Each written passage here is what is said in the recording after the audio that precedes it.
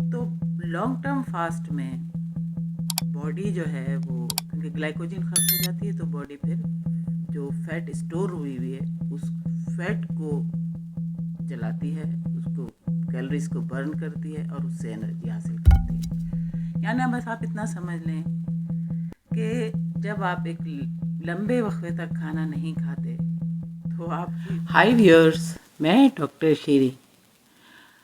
جیسا کہ میں آپ کو اپنی پہلی پوسٹ میں بتا چکی ہوں کہ میں آپ کو وہ ساری معلومات آگہی دیتی رہوں گی جنہیں جان کے اور ان پہ عمل کر کے آپ ایک لمبی زندگی جی سکتے ہیں، اپنی صحت کو بہتر کر سکتے ہیں، اور اگر آپ کسی بیماری کا شکار ہیں تو اسے کنٹرول کر سکتے ہیں.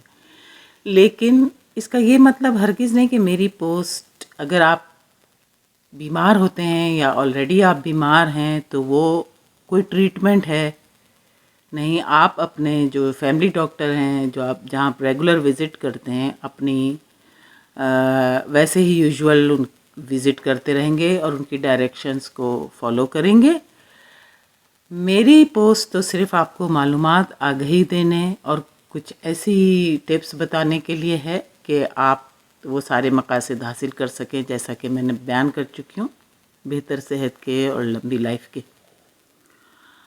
آج کی پوسٹ میں آپ کو ڈاکٹر جیسن فنگ کی بک کتاب یہ ہے اوبیسٹی کوڈ. اس میں جو ان کی تھیوریز ہیں، انہوں نے جو کچھ اپنی ریسرچ سے لکھا ہے اور وہ ثابت کر چکے ہیں.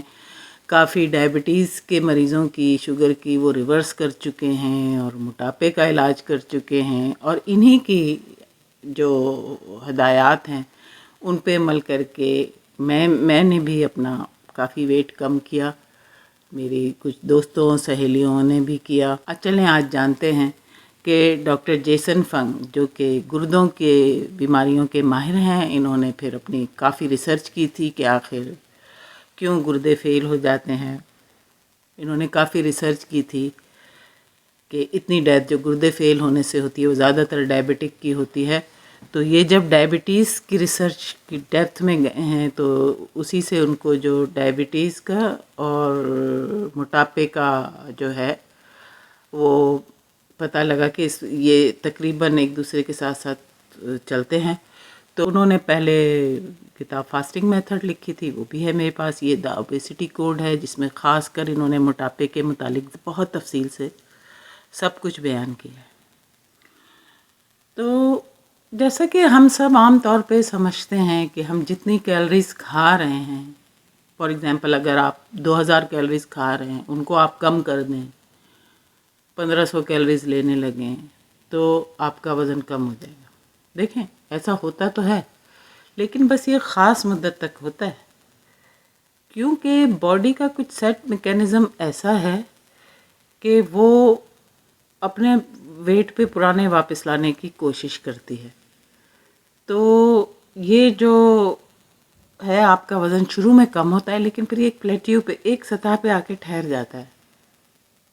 یہ لانگ ٹرم میں بینیفیشل نہیں ہے.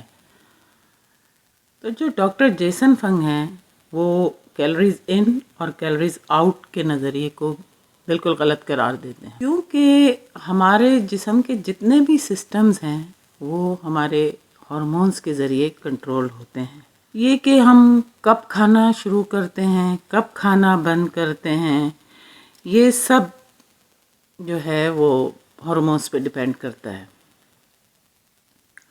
اب کیلریز کو آپ جیسے کہ سب سمجھتے ہی ہیں کہ وہ جو ہماری انرجی جب برن ہوتی ہے تو اس کو ناپنے کا ایک معیار ہے، وہ ہے اس کو حرارے کو. تو آپ اس طرح سمجھیں نا کہ آپ ایک چمچ اگر چینی لیتے ہیں یا ایک چمچ چینی کے برابر کوئی بھی چیز کھاتے ہیں اور ایک ہی چمچ اگر آپ اولیو آئل لے رہے ہیں یا کوئی بینز یا سبزی وہ کھا رہے ہیں تو کیلریز اتنی ہی ہوں گی لیکن ان کا ہماری باڈی پہ ایفیکٹ بالکل مختلف ہوگا. جسم کا جو سیٹ ویٹ ہے وہ ہارمونل امبیلنس کی وجہ سے سارے اثرات رکھتا ہے. اب آپ سمجھتے ہیں کچھ ہمارے ہاضمے کے نظام کے متعلق. کیا ہوتا ہے کہ جب ہم کھانا کھاتے ہیں وہ ہمارے معدے میں جاتا ہے، اور معدے اور چھوٹی آنت میں جاتا ہے، وہاں اس پہ کچھ کیمیکلز، انزائم وغیرہ یہ اثر کرتے ہیں، اور وہ بالکل چھوٹے چھوٹے ذروں میں جو ہے وہ تقسیم ہو جاتا ہے، اور اس میں سے ہمارے جو مین 3 جو کمپوننٹ ہیں، میکرو نیوٹرینٹ ہیں، ہماری غذا زیادہ تر انہی 3 پہ مشتمل ہوتی ہے: کاربوہائیڈریٹ، پروٹین اور فیٹس۔ جو ریفائنڈ کاربوہائیڈریٹس ہیں، یعنی کہ سفید میدا، سفید آٹا، اور آلو، جو بہت زیادہ نشاستے والی سبزی ہے جو زمین کے نیچے، سفید چاول، چینی، جتنی بھی میٹھی اشیاء ہیں، یہ سب کے سب ریفائنڈ کاربوہائیڈریٹ ہیں۔ یہ کوئی ثابت یا اپنی اصلی شکل میں موجود نہیں ہیں، ان کو تو ایک پروسیس سے گزار کے اور پھر یہ سارا کچھ اپنے فائنل شکل میں ہے۔ تو ریفائنڈ کاربوہائیڈریٹس جو ہیں وہ سب سے زیادہ بلڈ شوگر کو ہائی کرتے ہیں، جبکہ پروٹین بھی انسولین لیول اور بلڈ شوگر پہ اثر انداز ہوتی ہے۔ لیکن دیکھیں فیٹس نہیں اثر انداز ہوتے، نہ بلڈ شوگر بڑھاتے ہیں، نہ انسولین کا رسپانس بڑھاتے ہیں۔ انسولین کا کیا کام ہے؟ جب بھی ہم کوئی خوراک کھاتے ہیں، ظاہر ہے وہ گلوکوز میں چینج ہوتی ہے، تو گلوکوز کو ہماری جسم کے خلیوں میں انٹر کرنے کے لیے ہمارا جو لبلبا ہے، پینکریاس ہے، وہ انسولین خارج کرتا ہے۔ انسولین کا یہ کام ہے کہ وہ گلوکوز کو سیلز میں انٹر کرتی ہے، انرجی اور میٹابولزم کو بیلنس کرتی ہے۔ اسی طرح سے فیٹ کی سٹوریج کرنا بھی انسولین کا کام ہے۔ انسولین ہی وہ بنیادی ہارمون ہے جو ہمارے فیٹ اور انرجی کا ریگولیٹر ہے۔ یہی ہمارے جسم کے خلیوں میں خون میں سے گلوکوز انٹر کرنے میں مدد کرتا ہے۔ کھانے کے اوقات میں اگر ہم بہت زیادہ ریفائنڈ کاربوہائیڈریٹ کھائیں تو یہ زیادہ گلوکوز کو لیور میں، ہمارے جگر میں گلائکوجن کے طور پہ سٹور کرتا ہے، لیکن لیور کے پاس تو محدود اسپیس ہے، تو وہ باقی جو گلائکوجن ہے، جو گلوکوز ہے، اس کو فیٹ میں تبدیل کر دیتا ہے۔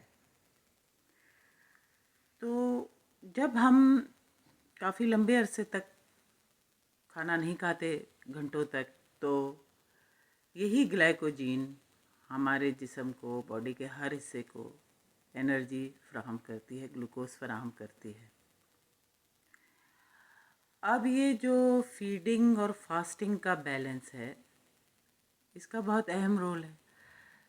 یعنی اگر آپ مطلب کچھ گھنٹوں کے لیے نہیں کھا رہے ہیں تو وہ گلائکوجن سے انرجی مل رہی ہے باڈی کو، لیکن اگر آپ لانگ ٹرم فاسٹ کر رہے ہیں، آپ کئی گھنٹوں کا فاسٹ کر رہے ہیں، جیسے 16، 18 اور اس سے زیادہ لوگوں نے بہت لمبے بھی فاسٹ کیے ہیں وزن کم کرنے کے لیے، تو لانگ ٹرم فاسٹ میں باڈی جو ہے وہ، کیونکہ گلائکوجن خرچ ہو جاتی ہے، تو باڈی پھر جو فیٹ اسٹور ہوئی ہے اس فیٹ کو جلاتی ہے، اس کو کیلریز کو برن کرتی ہے اور اس سے انرجی حاصل کرتی ہے۔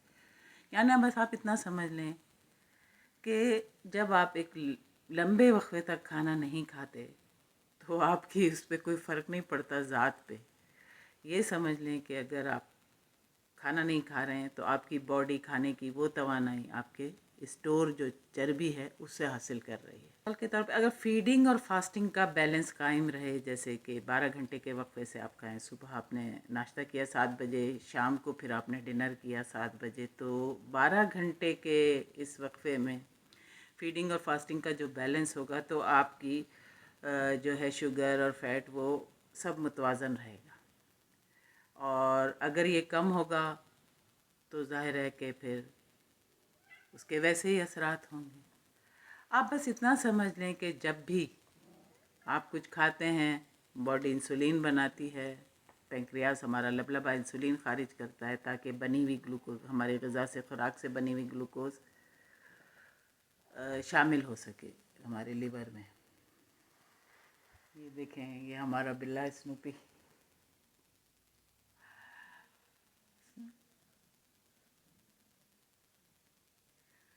اچھا، اب میں آپ کو گلائکوجن اور فیٹ اسٹوریج کی مثال ایسے سمجھاتی ہوں کہ جیسے سمجھیں کہ گلائکوجن ایک والٹ کی طرح ہے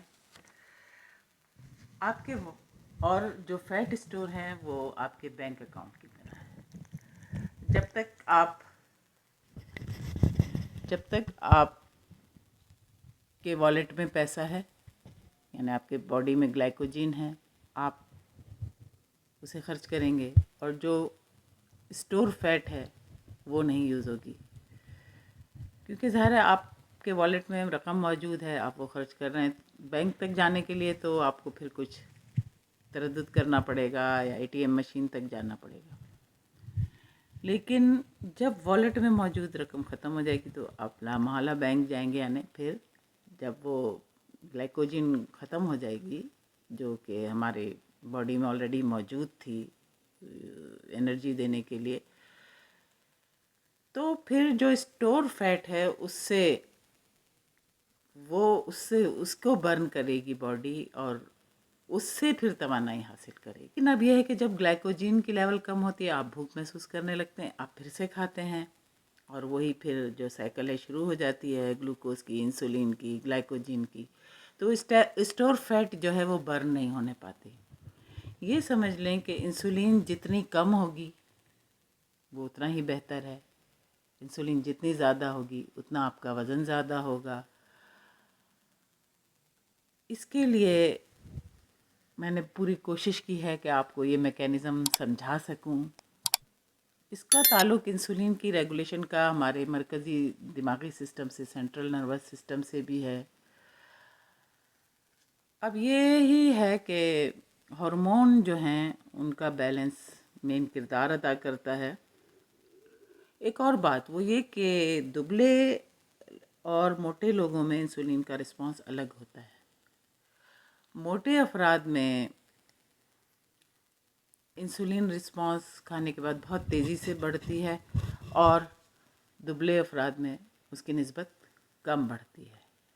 امید ہے کہ آپ اس طرح کچھ کیمسٹری اور بایولوجی سمجھ گئے ہوں گے انسولین کے کیریکٹر کی، اور باڈی پہ اور اس کے اثرات کی، اور اس کا موٹاپے کا وجہ بننے کی۔ انسولین بری چیز نہیں ہے، برا نہیں ہے، لیکن اس کا حد سے زیادہ ہونا وہ غلط ہے۔ تو چلیں جانتے رہیں، اپنا خیال رکھیں، میری پوسٹ کو لائک، سبسکرائب اور شیئر کریں تاکہ دوسرے لوگوں تک بھی یہ معلومات پہنچتی رہیں۔ ملتے ہیں پھر نئی پوسٹ میں نئی معلومات کے ساتھ، تب تک کے لیے بائے۔